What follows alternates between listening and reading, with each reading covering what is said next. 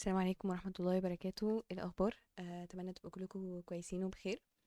النهاردة أنا هعرفكم في الفيديو ده أنا مين وليه عاملة التشانل دي. تمام. أولا أنا شروق أشرف، خريجة هندسة حلوان قسم كمبيوتر انجينيرينج. حاليا بشتغل as a flutter developer. وعندي باك جراوند كويسة في الاندرويد ديفلوبمنت. طيب ليه أنا عاملة التشانل دي؟ أنا عاملة التشانل دي لأن أولا أنا أكتر حاجة نفسي فيها هي إني أسيب أثر حلو في الناس يقدروا يفتكروني بيه ويدعوني بيه باقي العمر.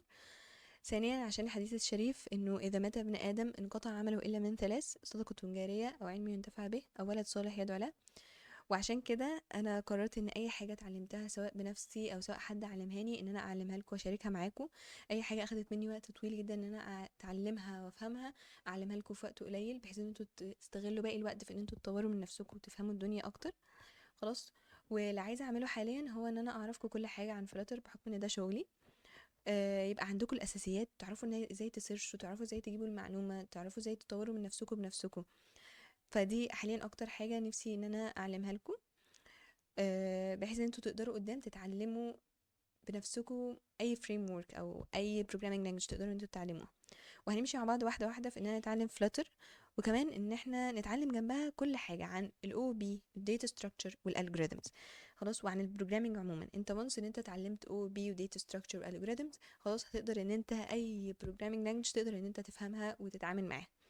تمام. فده هيفيدك جدا قدام. همشي معاكم بموضوع التاسكس، ان احنا اي فيديو اي حاجه هنشرحها هناخد تاسك بعديها نبدا نتناقش فيه.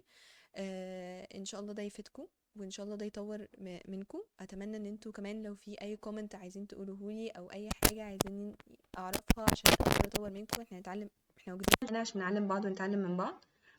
فاتمنى تقولوه لي وتقولي لي الكومنت ده عشان نبدا نطور من بعض. بس كده اتمنى ان شاء الله ان انا اقدر احقق الحاجه اللي نفسي فيها دي واقدر اسيب اثر حلو فيكم وتدعوا لي بيه باقي العمر. بس كده، شكرا جدا. السلام عليكم ورحمه الله وبركاته.